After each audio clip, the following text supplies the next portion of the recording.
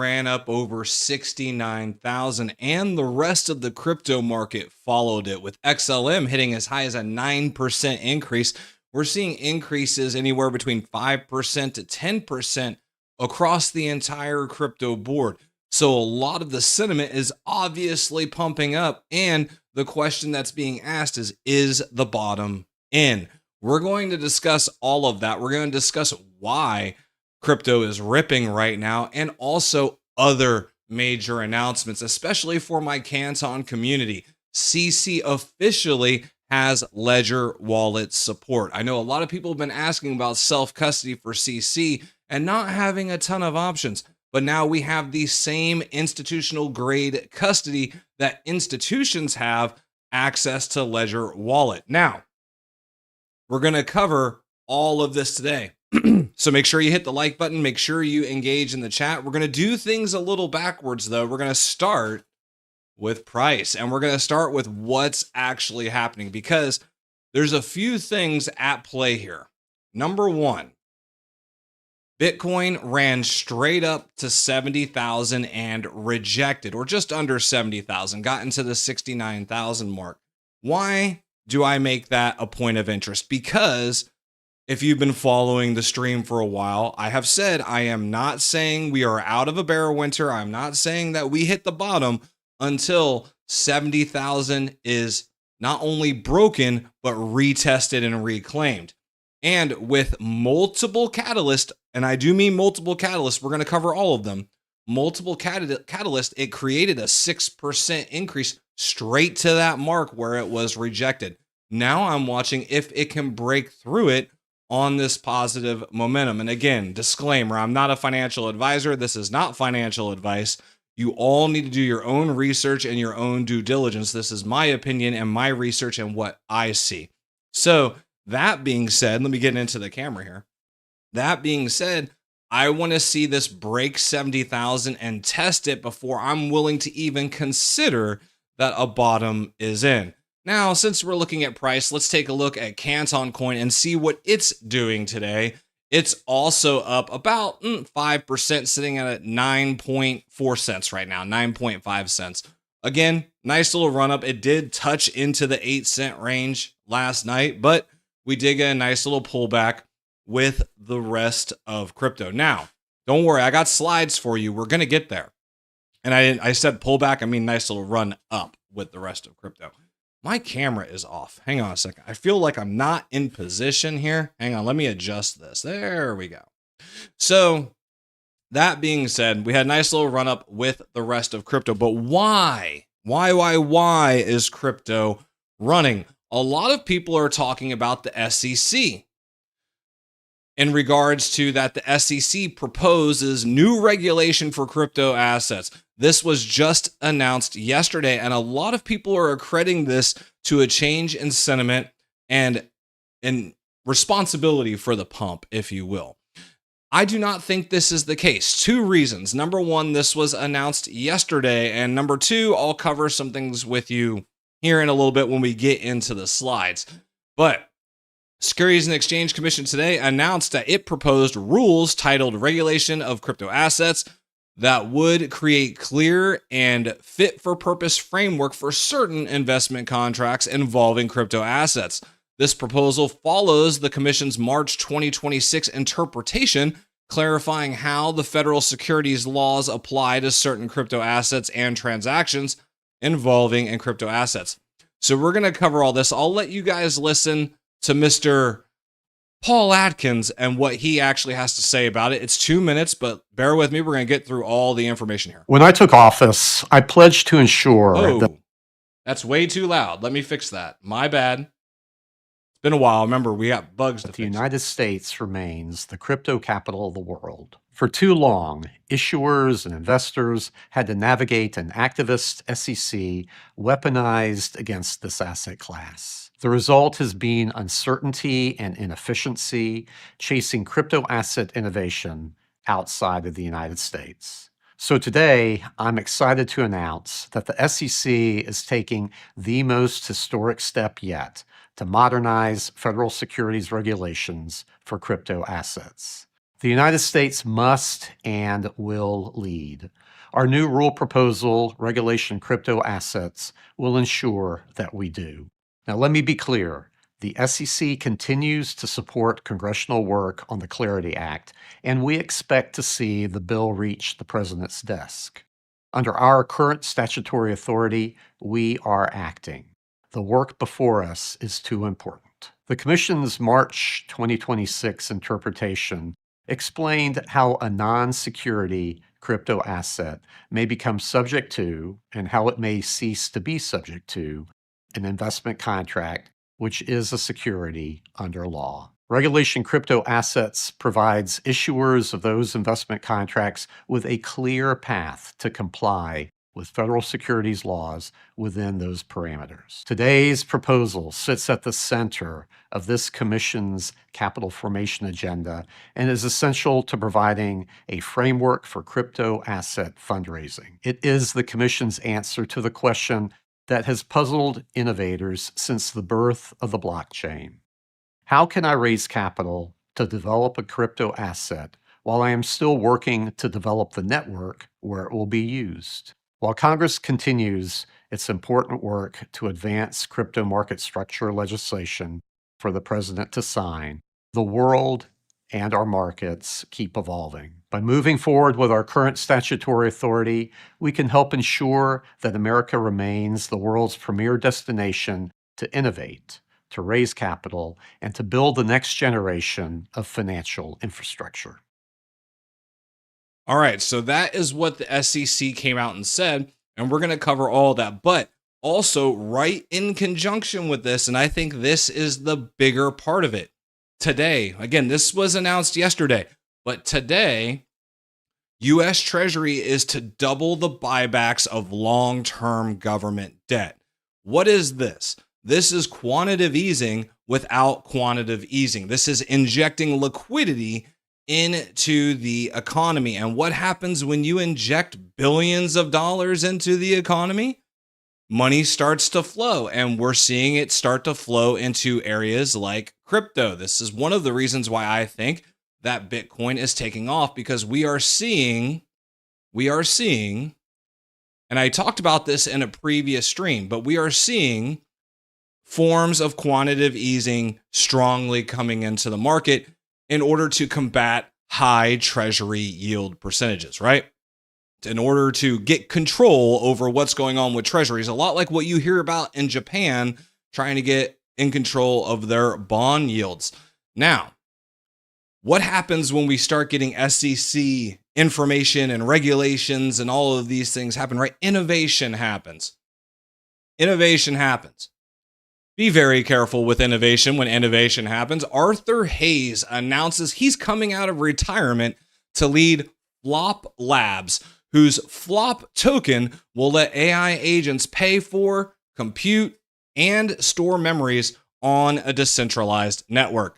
So Arthur Hayes comes out of retirement after shilling Hyperliquid and selling on people, shilling Tau and selling on people, comes out of retirement to create a new blockchain and start proposing his new token after we just found out the SEC is giving guidance on how you can fundraise for said tokens. What a shocker, ladies and gentlemen. Do your own research. Be very, very careful with low market cap tokens, where we might see ICO phase 2.0, right? We're going to, if these companies have the ability to start going out and fundraising for new projects, there's going to be a lot of new projects popping up. Do your research, look at the backing, look at the white papers, look at all of that information. It is going to be important. Now, Ledger Enterprise, institutional grade assets demand institutional grade custody. On Canton, wallets are often linked to a single validator operator who controls the infrastructure. Ledger Enterprise adds institutional grade security, hardware enforced multi-validator threshold, so governance rules live in a tamper-proof HMS, not software layers. We secure Canton Network as a super validator. Now you can secure your Canton coin with institutional grade self-custody. So the Ledger Wallet app now supports CC. This is not hardware wallets supporting CC. This is the Ledger Wallet app supporting CC. But we are starting to get more support for the actual token. I know a lot of people have been looking for easy access to a wallet to secure your CC. This is not cold storage, but this is Ledger Wallet. It is one of the more reputable wallets out there.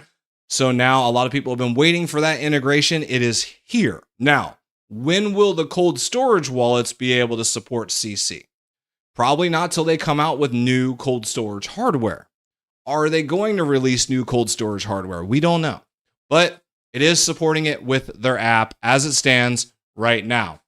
And Yuval Ruz was speaking at the Wyoming Blockchain Symposium, or also known as the SALT Conference. Thank you, David, for pointing it out to me. I can't remember the full X handle, but one of my followers on X pointed it out to me. So thank you, David, for that. But Yuval Ruz and Canton Network were at the Wyoming Blockchain Symposium. It is around the 5-hour mark. I have a link right here on X, but I point this out because this is like a 6-hour live stream. This is only day one, but you had panels with senators. Senator Lummis is there. Brad Garlinghouse was there literally on the panel after Yuval. So there are several. So it literally went, there was a panel with Yuval, then there was a panel with Brad Garlinghouse, and then Charles Hoskinson was speaking. So literally the who's who of blockchain leadership is at this symposium, and this full stream is on SALT's YouTube channel, but I put the link on YouTube, or I put the link on X here. When I decided to let me see if I can. Let me just do this. Let me get you guys the link. I'll put it in the chat here for you so you guys can find it. But I'll put it right here in the chat. When we decided to do this event a few years ago, I reached out to the university. But it's very long. It's like 8 hours long. But again, there's a lot of good panels in there. And I put the 5-hour, 16-minute mark, roughly, is where Yuval's stage was. So I suggest you guys go check that out. It's very, very long, but there is a lot of good information on what's coming with 24/7 markets and all of those things. Now we can do the slides, because is the bottom in?